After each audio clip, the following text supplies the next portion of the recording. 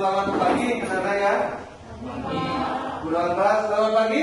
Oke, semangat ya. Ini pertemuan pertama kita dalam PTM ya. Anak-anak lebih suka PTM atau belajar dari rumah? PTM kenapa kan? Kenapa lebih senang PTM daripada pembelajaran daring atau BDR? Karena mengerti materi-materi yang diberi oleh guru. Karena lebih mengerti materi-materi yang disampaikan oleh guru. Kalau BDR? Agak kurang mengerti karena diberi video saya. Oke, berarti kurang mengerti ya. Ada yang lain memberikan pendapat selain itu? Ada? Ada kurang lebih? Oke, mari. Bersosialisasi dengan teman. Bisa bersosialisasi, betul ya. Salah satu unsur pendidikan yang tidak kita dapatkan ketika kita belajar daring adalah sosialisasi ya. Karena manusia itu kan dia sebagai makhluk sosial juga, selain juga makhluk individu ya. Jadi kita manfaatkan pembelajaran PTN ini sebaik-baiknya. Ya, karena kalian lebih suka PTN, jadi kita manfaatkan sebaik-baiknya. Ya, nah untuk itu Bapak perlu membuat yang namanya kesepakatan kelas. Ya, membuat kesepakatan kelas agar PTN kita hari ini berlangsung dengan kondusif. Ya, tapi sebelum kita membuat kesepakatan kelas, Bapak ingin cek dulu. Ada yang tidak hadir untuk hari ini? Agung Nugroho. Siapa yang dekat dengan Agung Nugroho? Ada? Tidak ya? Tidak. Ada yang satu sekolah SD dengan Agung Nugroho? Ya? Berdua ya? Belum? Dulu di sekolah aktif kok Pak, bebas yang di SMP sekarang. Oh, di SD justru aktif, ketika di SMP justru. Bahkan mengikuti les-les bareng sama saya. Oh gitu ya. Perlu kita sedikit nanti ya, lebih lanjut ketika nanti Nugrohonya datang. Oke. Nah, sekarang karena satu orang ya, ada lagi. Nah ya, cuma Nugroho ya. Untuk Nugroho mungkin nanti akan Bapak berikan pendampingan. Nah sekarang bagaimana kita bisa belajar dengan kondusif ya? Kita harus membuat yang namanya kesepakatan kelas. Agar apa? Agar budaya positif itu nanti terus berkembang di kelas 8A ini. Nah, untuk yang pertama ya, kita akan bentuk kesepakatan kelas.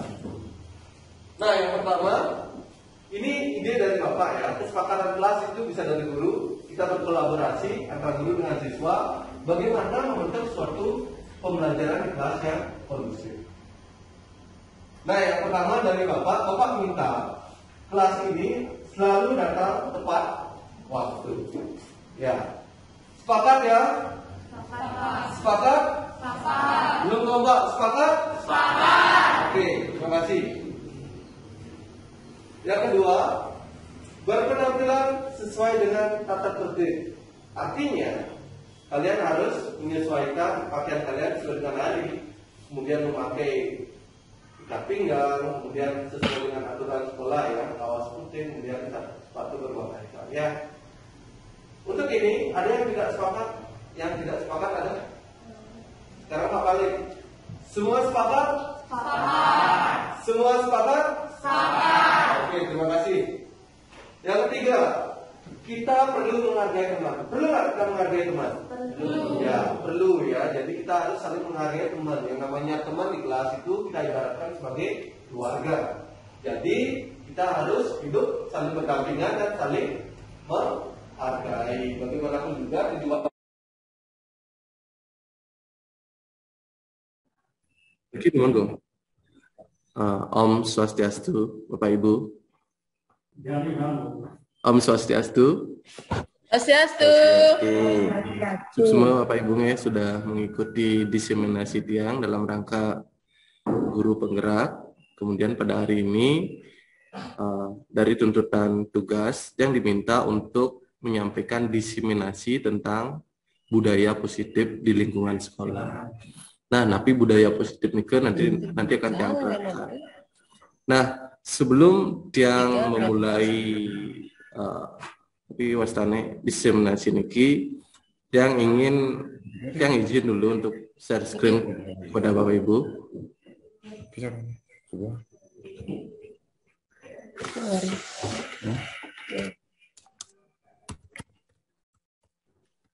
Oke, semua kelihatan Bapak Ibu? Sudah. Sampun. Sampun ya? Sampun. Iki budaya positif di lingkungan sekolah terkait dengan pelaksanaan program dari guru penggerak. Kemudian lu yang memperkenalkan diri lagi, yang bikin usah ya. Lu. Ini kalau perlu pesan yang Dewa Petusiannya yang kebetulan pada saat ini ikut dalam rangka guru penggerak angkatan ketiga di Kabupaten Bangli. Yang berharap juga teman-teman yang lain nanti bisa mengikutinya karena masih ada beberapa angkatan lagi. Dan terus terang dari program ini sangat bagus sekali materinya, itu banyak paradigma yang baru yang bisa kita dapatkan di sini, banyak hal-hal positif terkait dengan kolaborasi, kemudian dengan paradigma yang sebetulnya banyak yang saat ini yang kita pelajari mungkin agak sedikit miss dan di sini diperbaiki dalam guru penggerak ini. Oke. Adapun materi yang akan sampaikan hari ini adalah yang pertama itu adalah disiplin positif. Yang kedua adalah 3 motivasi perilaku manusia. Berikutnya yang ketiga adalah 5 kebutuhan dasar manusia. Keempat adalah posisi kontrol dan terakhir adalah restitusi. Mungkin dari ini banyak teman-teman yang sudah tahu atau mungkin juga ada paradigma baru di sini bagi teman-teman. Nanti kita belajar bersama-sama, berkolaborasi dalam sesi sharing nanti. Oke, yang pertama, yang akan memberikan sedikit permainan. Coba siapa ya? Coba Paramita, kita coba kepalkan tangannya, kita tunjukkan di gambar, kepalkan tangannya yang kuat. Anggap di dalam kepalan tangan tersebut ada sesuatu yang berharga dari diri kamu, ya, apapun itu, sesuatu yang berharga pokoknya. Nanti yang lain atau teman-teman yang lain, mungkin Pak Agung coba bisa merayu, memaksa ataupun apa agar kita membuka kepalan tangan tersebut. Kira-kira bisa Pak Agung ya? Agung. Coba deh, coba. Gini. Taris. Selamat pagi, Bu Ita. Selamat pagi, Pak Agung. Ya. Bisa minta foto garis tangannya? Harus ini, Bu Ita. Saya harus dapatkan. Berarti kelihatan, Bu Ita. Berarti keyakinan dari sini, kita sangat lemah sekali. Terima kasih. Berarti Pak Agung dengan gampangnya bisa mendapatkan apa yang terpenting dari Bu Ita ya. Begini seharusnya Bu Ita. Kalau misalnya sesuatu yang sangat penting itu, baik itu pengaruh-pengaruh dari luar, baik itu rayuan, kemudian tindakan kekerasan, kemudian pemaksaan, itu biasanya kalau hal yang berkaitan dengan ideologi atau hal yang penting bagi dirinya itu biasanya sangat sulit sekali untuk dipaksakan seperti itu. Biasanya sulit. Mungkin karena Bu Ita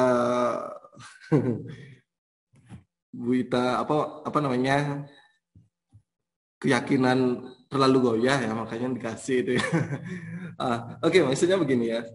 Sebenarnya paradigma kita terhadap siswa itu selama ini itu agak miss karena begini, karena siswa itu kita anggap bahwa kita mampu untuk mengontrol siswa dengan cara memberikan hukuman, dengan memberikan reward, kemudian memberikan hal-hal yang terkait dengan eksternal mereka. Itu sebenarnya itu tidak bisa kalau seandainya dari dalam diri mereka itu tidak mau berubah.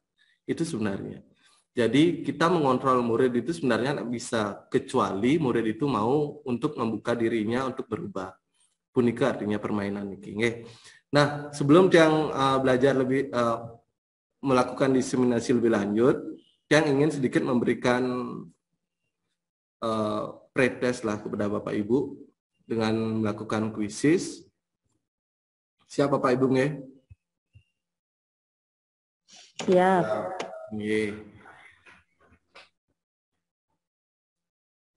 Nanti tiang share di kolom chat.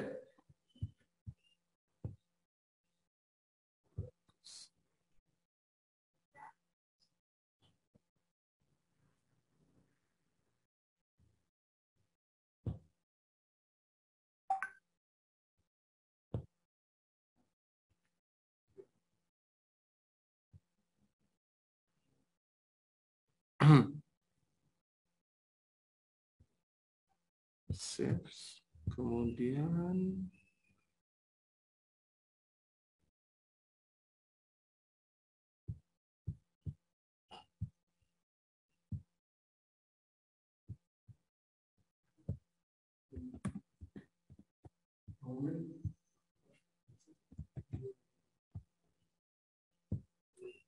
sempat yang share Bapak Ibu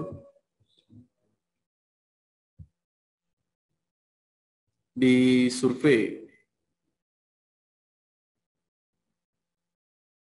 Tuh, pergi dong. Pergi dong. Ngecek tolong cek.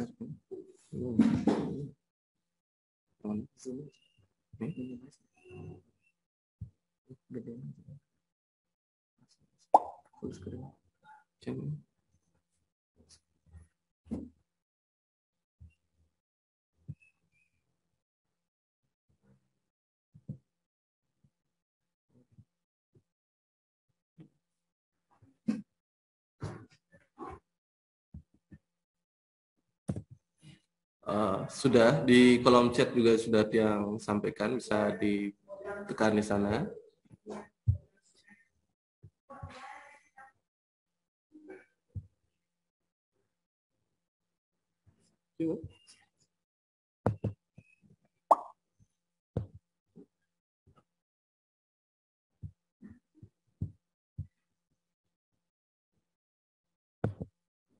Baru 2 orang yang bergabung, Niki.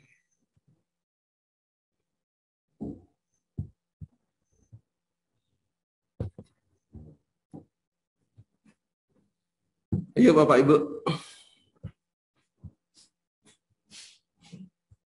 Go. Niki nggak bisa di-share. Ini nggak bisa di-share. Yes.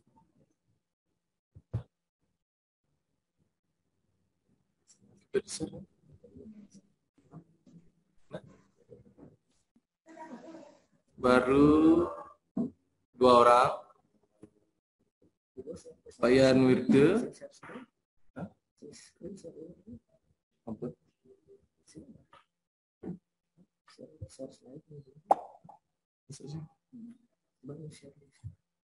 Coba nih.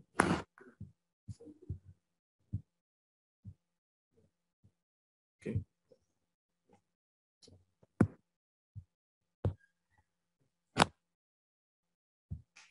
Baru 3 orang.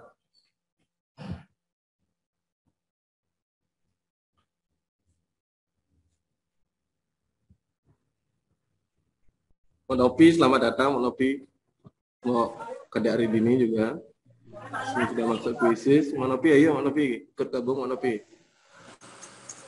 Opandi juga. Swastiastu mau. Swastiastu deh. Nggih, Rare Sale. Nggih. Nggih, Rare Sale. Tahu saja ini. Nggih, baru 4 orang niki ya. Yuk. Aduh. Pak Yan Wirde, ayo Pak Yan. Durung masuk Riki. Ini Ray ini siapa Niki?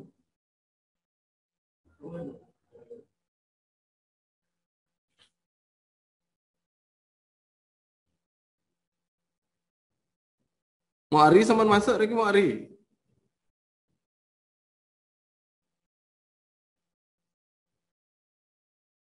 Selamat datang mau lo. Berjumpa lagi Niki. Sampun, baru 4 orang Niki. 5 orang yang mulai.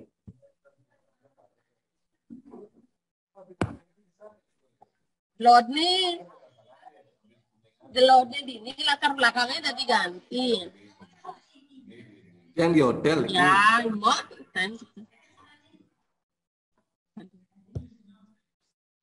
Sampun.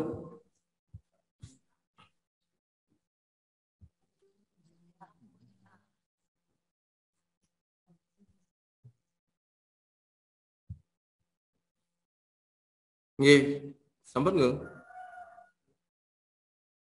Baru 4 orang. Baru 4 orang ini, ayo.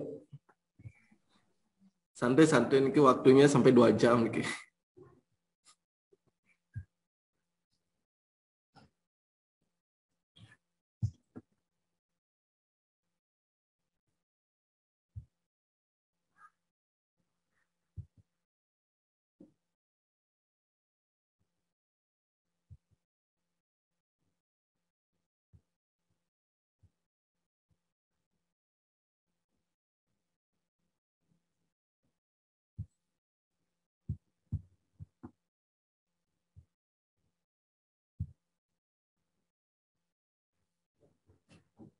Udah, bisa? Bisa ya? Ini nanti yang lainnya menyusul nge. Oke, kita mulai nge. 1, 2, 3 mulai.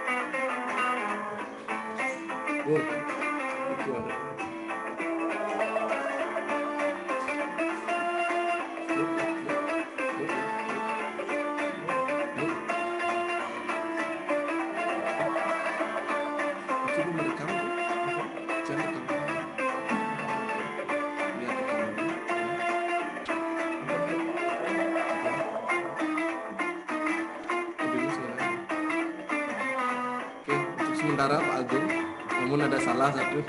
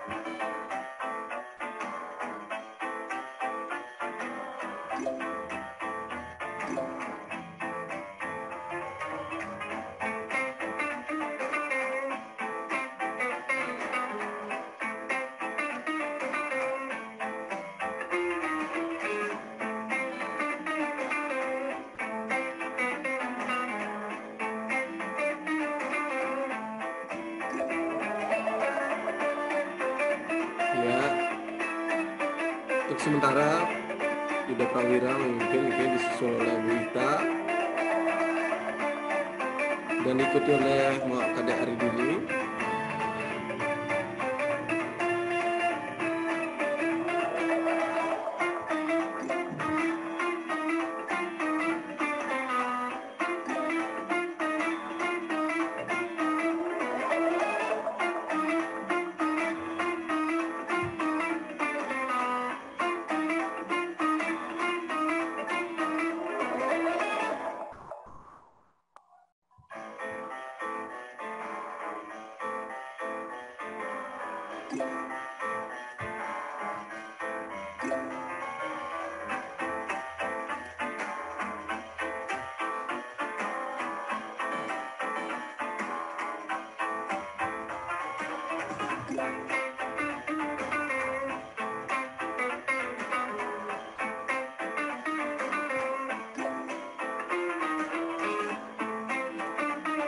Kita menyodok ke atas nih, yuk semangat dan yang lainnya juga.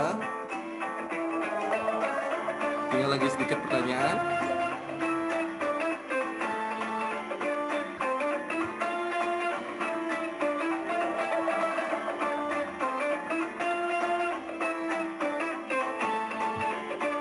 Ini waktunya lagi 1 menit nih Bapak Ibu.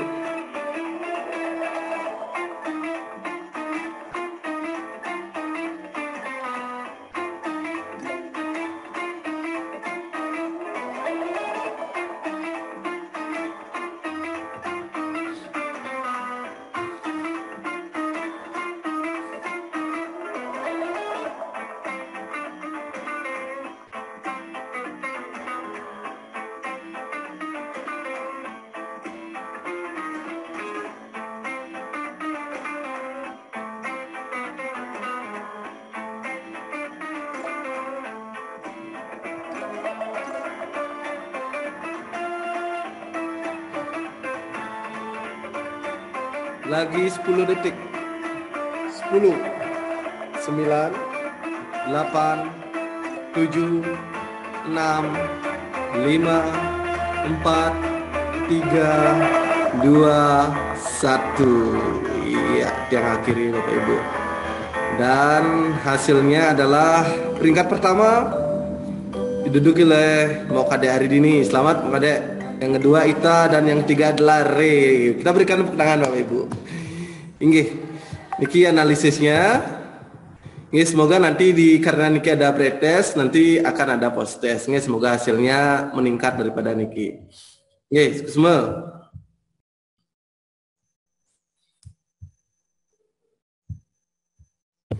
Oke, kita lanjut malih ke materi. Oke, tadi kepalan tangan sudah. Sekarang, nah paradigma belajar kita ini sebelum saya mengenal guru penggerak ini mungkin banyak yang salah ya. Tapi setelah ini, mari kita bersama-sama memperbaiki diri agar paradigma belajar kita di era modern ini menjadi lebih bagus lagi. Nah, untuk membangun budaya yang positif, sekolah perlu menyediakan lingkungan yang positif, aman dan nyaman agar murid-murid mampu berpikir, bertindak dan mencipta dengan merdeka, mandiri dan bertanggung jawab. Nah, salah satu strategi yang perlu ditinjau ulang adalah bentuk disiplin yang dijalankan selama ini di sekolah-sekolah kita. Kemudian berikutnya adalah niki miskonsepsi yang mungkin saya dan mungkin juga teman-teman yang lain alami adalah bahwa ilusi guru itu mengontrol murid. Iya, tadi yang sampaikan bahwa sebenarnya itu murid itu tidak bisa dikontrol dari luar, itu kecuali mereka itu yang membuka dirinya untuk berubah seperti itu. Yang kedua adalah ilusi bahwa semua penguatan positif efektif dan bermanfaat. Nah, niki ketika kita memberikan afirmasi positif kepada siswa, ternyata efeknya itu ternyata sedikit penelitian niki. Sehingga niki perlu kita kaji bersama bagaimana caranya untuk mendisiplinkan siswa tanpa melakukan afirmasi positif seperti ini. Kemudian yang ketiga adalah ilusi bahwa kritik dan membuat orang merasa bersalah dapat menguatkan karakter. Mungkin dari kita juga ada yang memberikan penguatan atau memberikan cara mendisiplinkan siswa dengan cara mengkritik mereka, kemudian membuat mereka seolah-olah merasa bersalah, padahal ini sebenarnya dampaknya tidak positif teman-teman, tetapi justru melemahkan dari keyakinan mereka sendiri. Nanti mungkin akan kita berikan contoh secara realnya. Kemudian yang keempat adalah ilusi bahwa orang dewasa memiliki hak untuk memaksa. Nah, mungkin mereka itu ketika dipaksa, yang namanya juga paksaan kan tidak berasal dari hati, mungkin karena terpaksa yang sudah dijalankan karena mereka takut dengan hukuman, takut tidak diberikan reward oleh gurunya.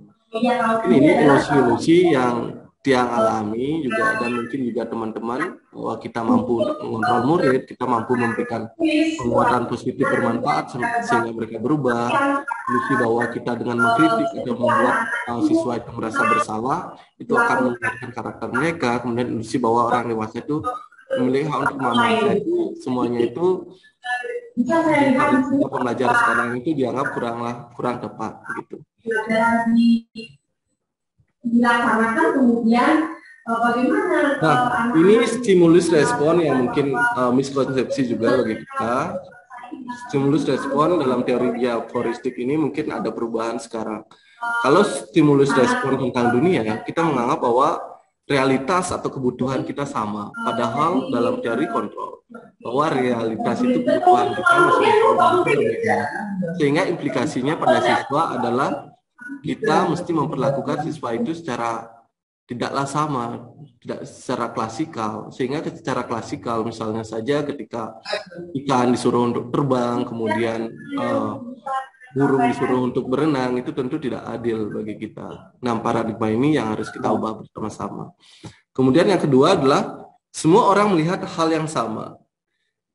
Seharusnya setiap orang itu memiliki gambaran berbeda-beda terkait dengan pengalaman yang mereka rasakan, sehingga menjadikan sudut pandang mereka tiap orang itu berbeda. Kemudian kita mencoba mengubah orang agar berpandangan sama dengan kita. Seharusnya kita berusaha memahami pandangan orang lain tentang dunia.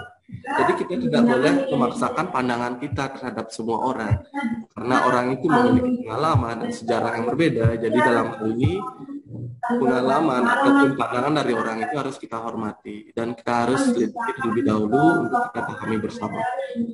Kemudian berikutnya, perilaku buruk dilihat sebagai suatu kesalahan. Nah, biasanya ketika siswa berperilaku buruk kan langsung kita hukum, yang langsung kita berikan konsekuensi. Itu tidaklah salah juga, Bapak Ibu tergantung juga dari salahnya tersebut. Tapi terlepas dari itu, kita seharusnya juga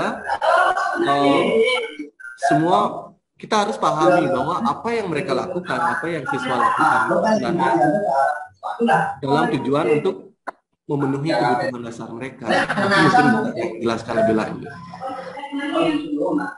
Kalau ada mungkin dari Dini mungkin suaranya bocor.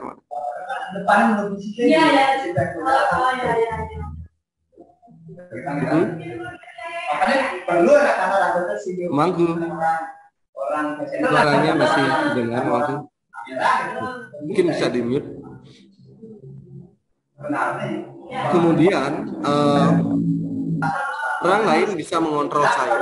Nah, seperti yang permainan yang di awal tersebut, yang katakan bahwa sebenarnya orang lain itu tidak bisa mengontrol kita jika kita sendirilah yang mau berubah. Saya bisa mengontrol orang lain sama juga, kita tidak bisa mengontrol orang lain itu bisa berubah itu jika mereka dalam dirinya itu mau berubah juga. Kemudian pemaksaan ada pada saat bujukan gagal. Nah, biasanya kalau kita melakukan bujukan dan gagal, biasanya kan melaksanakan pemaksaan. Itu miskonsepsi selama ini dan itu tidak memberikan efek apa-apa bagi siswa. Hanya kolaborasi dan konsensuslah yang menciptakan pilihan-pilihan baru agar mereka bertindak sesuai dengan keyakinan yang baik. Kemudian model berpikir menang dan kalah. Nah, jadi selama ini tidak terlepas juga dari apa yang saya alami, bahwa kita ini selalu berpikir bahwa ada satu yang menang, ada yang kalah. Padahal tidak seperti itu. Kita bisa melakukan sebuah konsensus, melakukan sebuah kolaborasi bagaimana cara agar kedua belah pihak itu merasa menang-menang. Oke. Terus pertanyaannya pasti ada dalam diri Bapak Ibu, terus bagaimana cara mendisiplinkan siswa? Nah, nanti akan kita jawab bersama. Yang pertama adalah kita harus pahami dulu. Kita harus membentuk sebuah disiplin positif dari diri siswa. Apa itu disiplin positif? Disiplin positif adalah disiplin yang muncul dari dalam diri murid dan memiliki motivasi sendiri. Artinya ketika motivasi itu masih berada di luar, sangat sulit bagi kita untuk mengubah siswa. Kecuali kita berikan motivasi dan motivasi itu merasuk ke dalam internal siswa dan menjadi motivasi dirinya. Disitulah mereka bisa berubah untuk menunjukkan disiplin positif.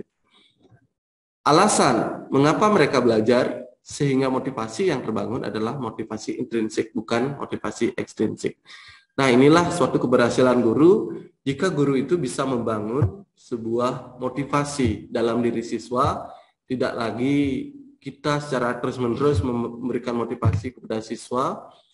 Boleh sih kita memberikan motivasi dengan teori scaffolding. Teori scaffolding itu adalah teori kita bisa membantu siswa secara perlahan, tapi ketika mereka sudah memiliki motivasi dalam diri mereka, kita bisa perlahan-lahan untuk mengurangi penguatan-penguatan positif yang kita berikan. Nah, dengan kata lain, seorang yang memiliki disiplin diri berarti mereka bisa bertanggung jawab terhadap apa yang dilakukan, karena mereka mendasarkan tindakan mereka pada nilai-nilai kebajikan universal. Nah, kemudian terus apa sih peran kita sebagai pendidik dalam hal ini? Peran kita sebagai pendidik, karena kita tidak tidak boleh memaksa, kemudian tidak boleh memberikan hukuman, konsekuensi. Terus apa sih peran kita untuk mendisiplinkan siswa? Nah, sebagai pendidik, tujuan kita adalah menciptakan anak-anak yang memiliki disiplin diri. Artinya disiplin itu sudah tertanam dalam diri mereka, sehingga mereka bisa berperilaku dengan mengacu pada nilai-nilai kebajikan universal dan memiliki motivasi intrinsik, bukan ekstrinsik. Nah, pertanyaan lagi, pasti ada pertanyaan-pertanyaan di rentetan dari pikiran Bapak Ibu ini. Terus bagaimana menciptakan anak yang memiliki disiplin positif, memiliki disiplin dalam dirinya, memiliki motivasi internal dalam dirinya. Sebelum kita melangkah untuk menjawab pertanyaan tadi, kita perlu juga memahami dulu terlebih dahulu apa itu 3 motivasi perilaku manusia dan juga 5 kebutuhan dasar dari manusia tersebut.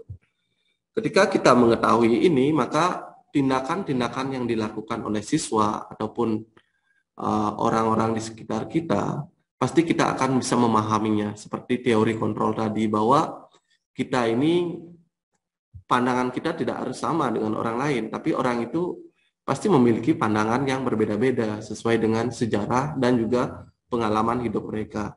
Jadi kita perlu memahami terlebih dahulu ini 3 motivasi perilaku manusia dan 5 kebutuhan dasar manusia. Nah, apa sih 3 motivasi perilaku manusia?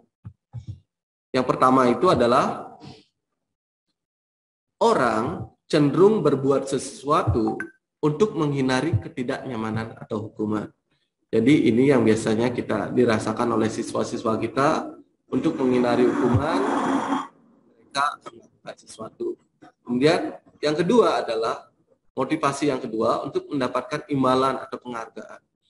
Siswa kita juga sering mereka belajar dengan giat, tujuannya adalah untuk mendapatkan nilai yang bagus di raport atau memberikan imbalan yang diberikan oleh guru. Kemudian yang ketiga adalah untuk menjadi orang yang mereka inginkan dan menghargai diri sendiri dengan nilai-nilai yang percaya. Nah, inilah motivasi yang ingin kita bangun bersama di dalam sekolah kita. Bagaimana mereka menghargai diri mereka sendiri dengan nilai-nilai yang mereka percaya. Tentunya nilai-nilai di sini adalah nilai-nilai keyakinan positif, nilai-nilai keyakinan universal yang penuh dengan nilai-nilai kebajikan. Nah, ini 3 motivasi. Dari 1, 2 itu kurang bagus, dan yang terakhir inilah yang perlu kita ciptakan bersama dengan budaya positif di sekolah kita. Kemudian berikutnya, kita perlu juga mengetahui bahwa segala tindakan dari siswa, murid, atau orang-orang di sekitar kita itu tidak terlepas dari keinginan untuk memenuhi 5 kebutuhan dasar manusia. Yang pertama adalah survival atau keinginan untuk bertahan hidup. Ini sudah pasti, ketika orang terancam, pasti mereka akan melakukan segala apapun agar mereka bisa bertahan hidup. Yang pikir untuk zaman sekarang ini, hak-hak untuk hidup itu sangat dihargai sekali, pasti ini sudah terpenuhi, terutama di murid juga. Kemudian inilah yang biasanya yang perlu kita identifikasi Bapak Ibu. Yang pertama sudah survival. Yang kedua, belonging, kebutuhan akan cinta dan kasih sayang. Murid sangat memerlukan perhatian, sangat memerlukan kasih sayang, terutama dari kita, gurunya. Bagaimana kita memberikan perhatian kepada dia, agar mereka itu merasa seperti anak lah di sekolah kita ini. Kemudian, kebutuhan akan penguasaan, baik itu penguasaan kompetensi atau penguasaan dengan teman-teman yang lainnya. Karena banyak sekali anak-anak yang nakal ya, kita katakan nakal lah di sekolah kita atau bermasalah ya. Karena mereka itu tidak menguasai atau tidak menguasai materi ketika dalam pembelajaran atau tidak menguasai ilmu pengetahuan, dan mereka cenderung melampiaskan terhadap hal-hal yang negatif. Mungkin mereka mengganggu temannya, kemudian agar sama-sama mereka tidak berkembang lah. Itu kebutuhan akan penguasaan. Ketika mereka tidak menguasai satu keterampilan tertentu, mereka cenderung untuk membuat ulah seperti ini kelah. Itu adalah salah satu pemenuhan kebutuhan dasar yang tidak terpenuhi oleh siswa, sehingga mereka membuat dalam tanda kutip keonaran lah. Kemudian kebutuhan akan kebebasan. Siswa juga membutuhkan kebebasan dalam berekspresi. Ketika kita menuntut suatu pembelajaran yang tidak sesuai dengan keinginan mereka, mereka itu cenderung malas, kemudian cenderung ogah-ogahan dalam belajar. Jadi dalam hal ini kita perlu mempertimbangkan atau memetakan kebutuhan dasar mereka dalam belajar. Kebutuhan, kita juga perlu memetakan profil belajar mereka. Kita juga perlu memetakan minat mereka dalam belajar. Sehingga ketika pembelajaran berlangsung, jika kita sudah memberikan pembelajaran sesuai dengan minat dan juga sesuai dengan minat dan juga profil belajar mereka, otomatis mereka sangat antusias dalam pembelajaran. Kemudian kebutuhan akan kesenangan. Ketika kita mampu untuk membuat sebuah media pembelajaran atau membuat sebuah sebuah lingkungan pembelajaran yang menyenangkan, pasti pembelajaran akan berlangsung dengan lebih efektif. Nah, inilah 5 kebutuhan dasar yang ada dalam sekolah kita yang mungkin harus kita penuhi bersama agar kebutuhan belajar siswa kita ini dapat tercapai. Oke, mungkin dari sini ada pertanyaan Bapak Ibu ya? Mungkin ada yang kurang jelas, biar tidak terlalu panjang. Mungkin ada pertanyaan Bapak Ibu? Enten ya? Kalau tidak, Tiang lanjutkan. Nah, kalau tidak ada pertanyaan, Tiang yang memberikan pertanyaannya. Misalnya ilustrasinya seperti ini. Tahun ini, Dimas genap berusia 17 tahun. Ia senang sekali ketika ayahnya mulai mengajarkan cara menyetir mobil. Setiap akhir pekan, ia berlatih menyetir. Ia terlihat senang sekali berlatih sampai akhirnya ia bisa menyetir mobil dengan baik dan lancar. Ketika ibunya bertanya pada Dimas, apa yang membuat dia ingin bisa menyetir mobil? Ketika jawaban Dimas adalah seperti ini, kebutuhan apa yang kira-kira ingin ia penuhi? Nah, coba. Menyetir mobil itu seru. Ketika ada kata menyetir mobil itu seru, kira-kira kebutuhan apa dari kebutuhan dasar tadi yang coba ingin Dimas penuhi? Apakah kebutuhan akan kesenangan, kebutuhan akan penguasaan, kebutuhan akan cinta dan kasih sayang, atau kebutuhan akan kebebasan? Kira-kira yang mana Bapak Ibu? Mungkin Pak Gong Yuda bisa menyampaikan pandangannya. Kalau menurut Tiang, ya terima kasih Pak Dewa. Kalau menurut Tiang, kalau jawabannya si Dimas itu menyetir mobil seru, berarti dia melakukannya hanya untuk bersenang-senang. Jadi mungkin jawabannya A. Nanti tolong dikoreksi kembali Pak Dewa. Iya. Terima kasih Pak Agung atas responnya. Menyetir mobil itu seru. Nah, seru itu berarti kan menyenangkan. Ya, jadi betul apa yang disampaikan oleh Pak Agung, bahwa ketika jawaban Dimas adalah menyetir mobil itu seru, berarti 5 kebutuhan dasar yang coba ia penuhi adalah kebutuhan akan kesenangan. Oke, yang lanjut. Yang berikutnya, terima kasih Pak Agung. Jawabannya luar biasa Niki.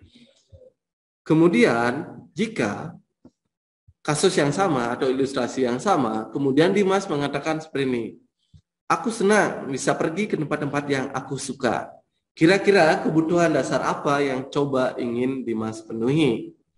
Coba siapa ini?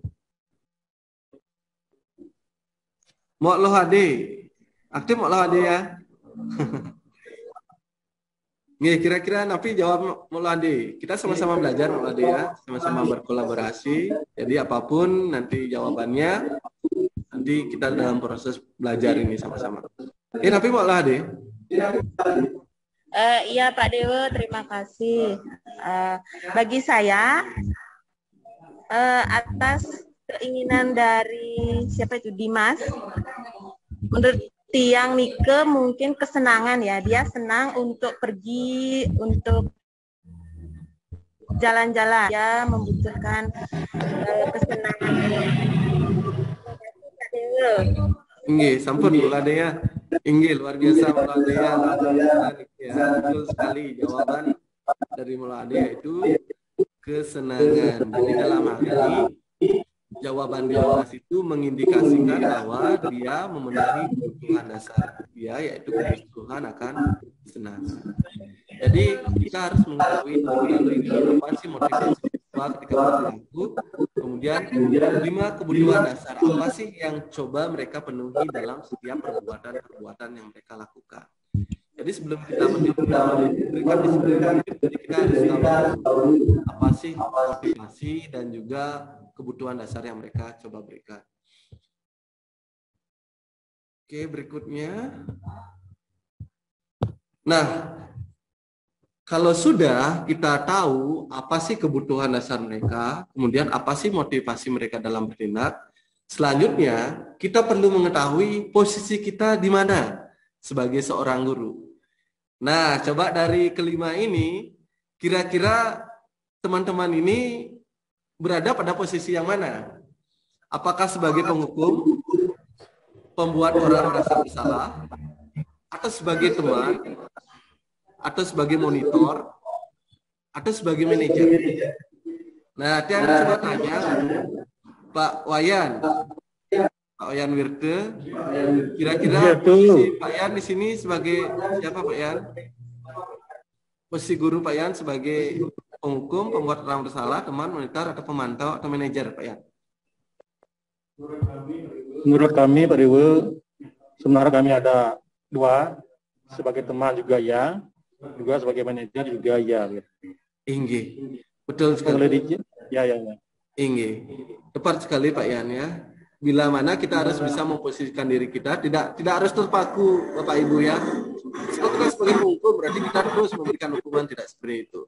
Jadi memang kita harus beradaptasi lah tergantung dengan situasi. Tapi yang paling kurang saat ini adalah penghukum.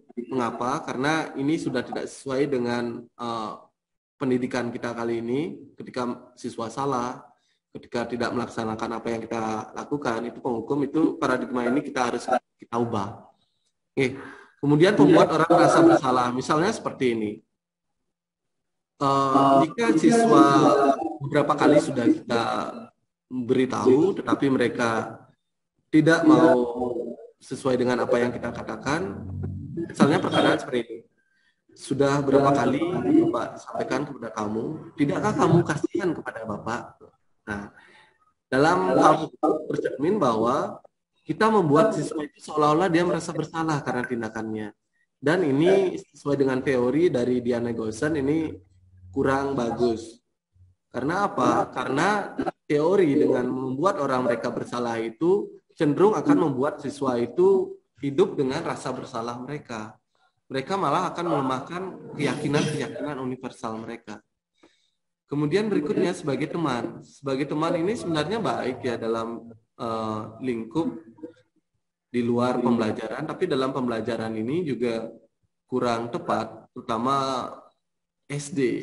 Nah, ketika kita SD menganggap siswa tersebut sebagai teman, ini pengalaman dia menganggap siswa itu sebagai teman. Ternyata respon dari siswa tersebut malah agak campah lah dalam istilah ini, karena mereka menganggap kita bro.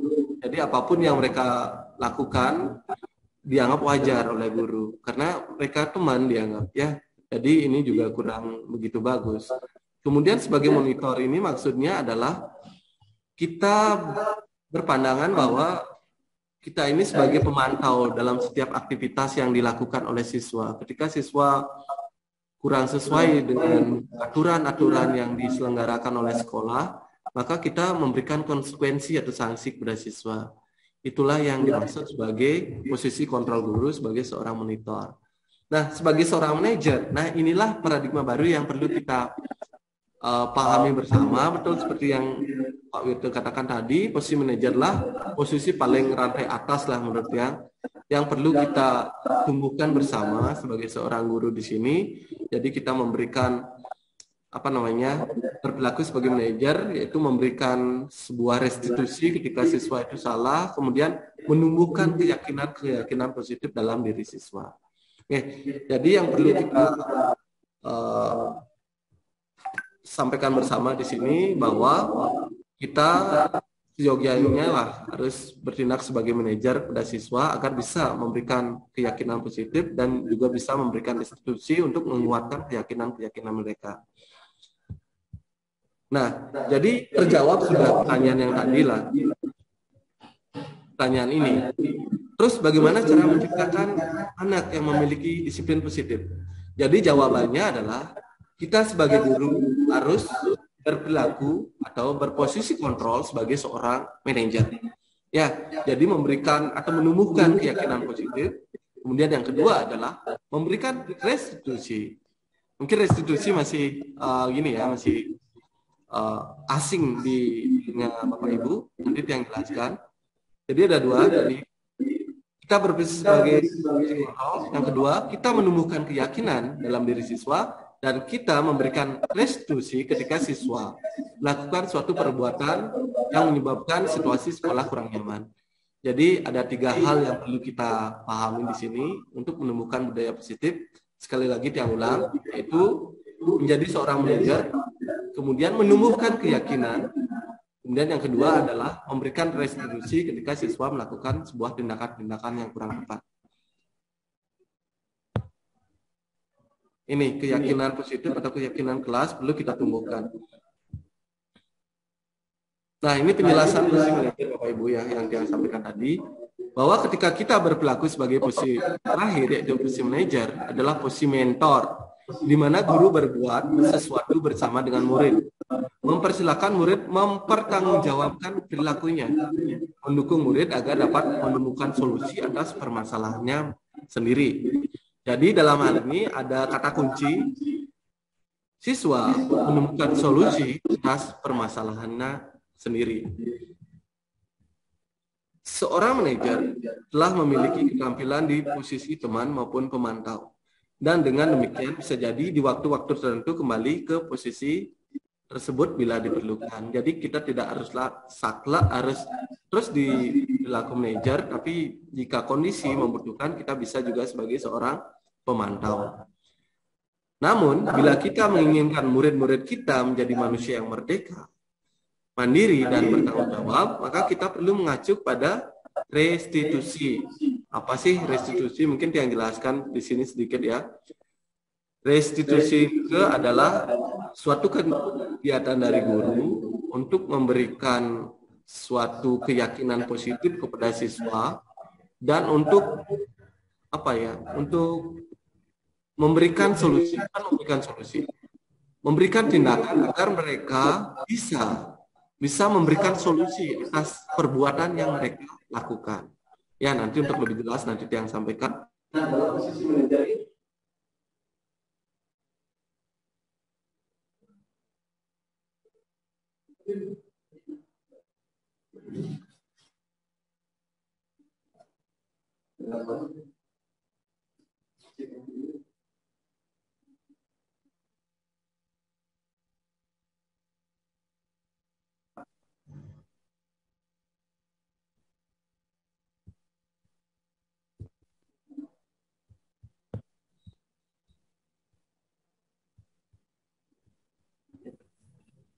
tes sudah ya.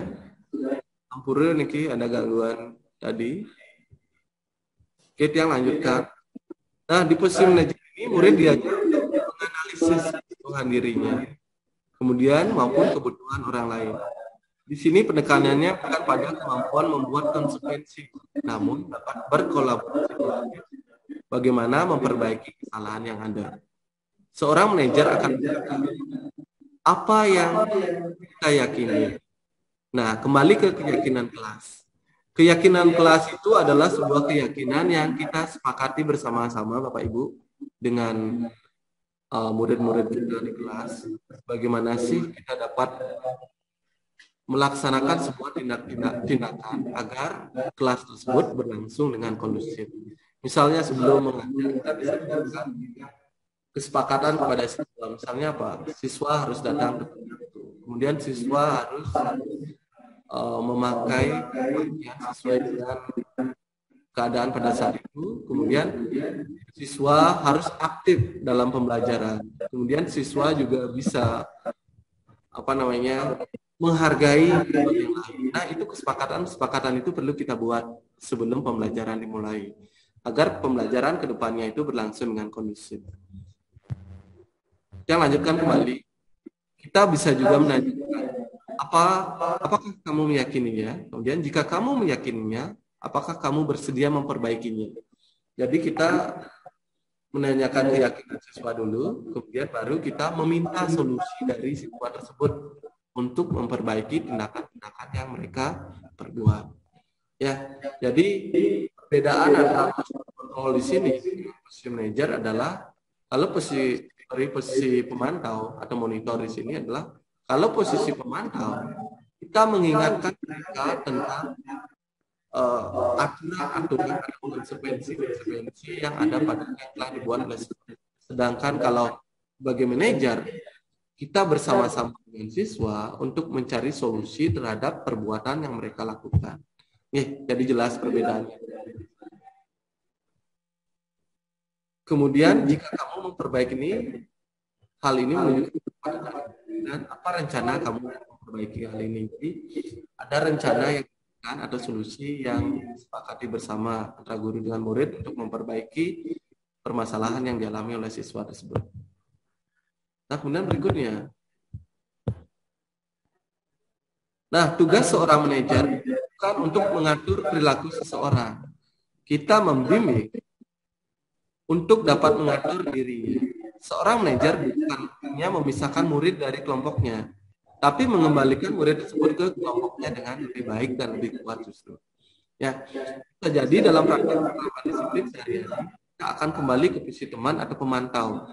Karena murid yang ditangani belum siap diajak berdiskusi dan diundang melalui restitusi. Namun perlu disadari tujuan akhir dari 5 posisi kontrol seorang guru adalah pencapaian posisi manajer, di mana posisi inilah murid dapat menjadi pribadinya yang mandiri, sehingga merdeka belajar pun tercapai di sekolah kita.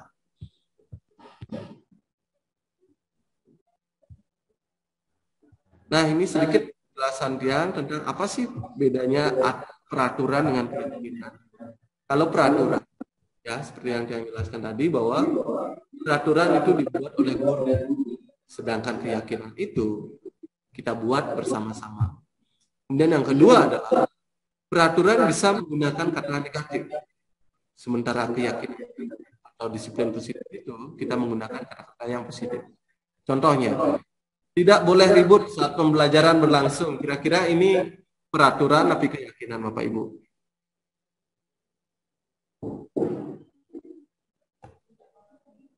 Mbak Nopi, kira-kira peraturan tapi keyakinan nih, kalau kita buat kesepakatan di kelas tidak boleh ribut saat pembelajaran berlangsung.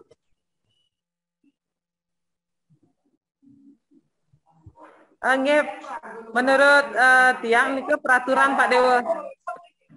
Nggih, karena menggunakan kata-kata yang negatif yang formal, ada kata tidak di sini. Tidak boleh ya. Kalau kata-kata atau keyakinan positif, kita memberikan penguatan yang positif pula. Tidak boleh ada memakai kata tidak atau bukan. Contohnya, murid tertib saat pembelajaran berlangsung. Murid harus menghormati saat guru mengajar. Itu yang perlu kita sepakati bersama di awal pembelajaran. Kendan, ampun itu yang seleksi sebenarnya Ganiki, tapi tidak lanjut. Nih, berikutnya. Nih, nanti lanjut Monopi ya. Di guru penggerak nanti ya. Lanjutkan esainya sehingga bisa kita bersama-sama berkolaborasi untuk peningkatan sekolah kita nanti. Sama Bu Sangayu diajak ngobrol tadi. Oh, iya. Jika murid melanggar keyakinan kelas, apa yang kita perlu lakukan? Nah, kita perlu melakukan yang namanya restitusi, seperti yang dia sampaikan tadi. Yaitu adalah proses menciptakan kondisi bagi murid untuk memperbaiki kesalahan mereka, sehingga mereka bisa kembali pada kelompok mereka dengan karakter yang lebih kuat. Ya. Kemudian restitusi juga adalah proses kolaboratif, artinya proses kerjasama yang mengajarkan murid untuk mencari solusi untuk masalah dan membantu murid berpikir tentang orang seperti apa yang mereka inginkan dan bagaimana mereka harus memperlakukan orang lain. Jadi jika sekolah kita bisa melakukan restitusi dengan baik, maka akan tercipta sebuah budaya positif di sekolah kita sehingga mereka menyadari bahwa mereka itu harus memiliki keyakinan atau kebajikan universal dalam dirinya, sehingga semoga saja sekolah kita SMP Negeri 3 Bangli ini bisa kedepannya mencapai merdeka belajar yang berpihak pada siswa. Nah, restitusi ini sudah Bapak Ibu pahami. Kemudian, terus bagaimana caranya melakukan restitusi? Nah, ada caranya Bapak Ibu dengan cara melakukan ini, segitiga restitusi. Ketika murid melaksanakan atau melakukan sebuah tindakan yang kurang tepat, jadi hal yang pertama yang harus kita lakukan adalah menstabilkan identitas mereka. Menstabilkan identitas. Kita tidak langsung boleh menghukum, mengecam, membuat mereka bersalah, tidak boleh. Jadi kita stabilkan dulu identitasnya dengan cara mengatakan bahwa setiap orang pasti pernah melakukan kesalahan. Kemudian bisa juga kita mengatakan, kamu bukan satu-satunya yang pernah melakukan ini. Jadi dalam hal ini kita stabilkan dulu, karena kita kuatkan identitas mereka. Kalau sudah, tahap berikutnya adalah kita melakukan validasi tindakan mereka yang salah tersebut. Kamu tentunya punya alasan mengapa melakukan itu. Nah, ini berkaitan dengan tiga motivasi perilaku tadi dan juga 5 kebutuhan dasar yang mereka ingin capai ketika melakukan kesalahan tersebut. Adakah cara yang lebih efektif untuk mendapatkan apa yang kamu butuhkan? Jadi ketika mereka melakukan kesalahan, kita berikan alternatif lain agar mereka tidak melakukan kesalahan tersebut. Kita berikan alternatif, ya. Kemudian kalau 2 proses ini sudah kita lewati, dari menstabilkan identitas, kemudian validasi tindakan yang salah, tindakan kita selanjutnya adalah kita menanyakan keyakinan kelas apa yang telah disepakati bersama. Apakah saling menghormati ketika mereka saling bertengkar misalnya. Nanti kita tanyakan bahwa sesuai dengan keyakinan kelas yang kita sepakat bersama, bahwa kita harusnya saling menghormati satu dengan yang lain. Ketika kita sudah menanyakan keyakinan kelas yang telah kita sepakati tersebut, baru kita tanyakan solusi yang ingin mereka tawarkan untuk memperbaiki hubungan, memperbaiki kesalahan mereka. Tentunya solusi ini bertujuan untuk meningkatkan atau menguatkan nilai-nilai positif yang ada dalam diri mereka. Oke, jadi dalam segitiga restitusi ini ada 3 hal yang perlu kita lakukan. Yang pertama itu adalah menstabilkan identitas, yang kedua adalah memvalidasi tindakan mereka yang salah, dan yang terakhir adalah menanyakan keyakinan atau kesepakatan kelas apa yang sudah kita sepakati bersama untuk dicarikan solusi bersama agar terlaksana win-win solution. Ya, tidak ada satu yang dirugikan dan tidak satu yang diuntungkan. Semua harus untung dalam hal ini, termasuk siswa yang melakukan kesalahan tersebut harus mendapatkan keuntungan dari solusi yang ditawarkan. Oke.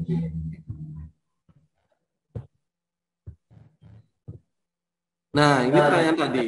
Jadi dapat yang simpulkan adalah ketika ada sesuatu yang kurang tepat atau sesuatu yang tidak positif lah dalam atau mendisiplinkan positif, bagaimana caranya, ya. Ini sekarang yang simpulkan atau dikonklusikan, yaitu yang pertama adalah, yang ulang lagi, kita harus berposisi sebagai seorang manajer. Ini yang tertinggi, ya. Kalau belum bisa, boleh kita sebagai pemantau, tapi puncak dari kesuksesan seorang guru untuk menumbuhkan disiplin positif dalam diri siswa adalah ketika dia bisa berposisi sebagai seorang manajer atau berposisi kontrol sebagai seorang manajer. Yang kedua adalah kita perlu membentuk keyakinan kelas untuk sebuah keyakinan positif dalam diri siswa. menyepakati hal-hal yang positif, membiasakan budaya positif di sekolah. Nah, ketika siswa melakukan kesalahan, tindakan yang ketiga adalah melakukan restitusi. Oke. Mungkin hanya demikian yang dapat yang sampaikan. Ada pertanyaan Bapak Ibu nih? Terkait dengan apa yang Tiang sampaikan tadi?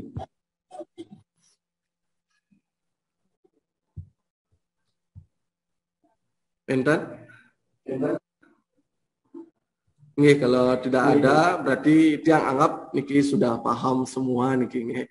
Apa yang Tiang sampaikan, semoga kita nanti dapat berproses untuk membuat sekolah kita SMP Negeri 3 Bangli menjadi sekolah yang merdeka dan berpihak pada murid.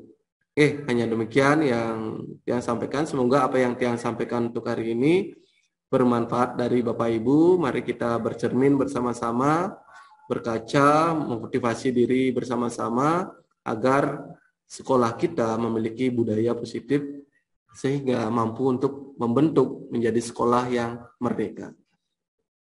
Akhir kata yang mengucapkan terima kasih dan yang akhiri dengan Parama Santi. Om Santi Santi Santi Om. Sukses semua Bapak Ibu nggih. Nggih, sukses semua wali Pak Dewa. Jangan. Stop. Apa nama? Sukses semua Pak Dewa atas ilmunya. Semoga sedikit bermanfaat, Mbak. Sangat bermanfaat Pak Dewa. Ini ya.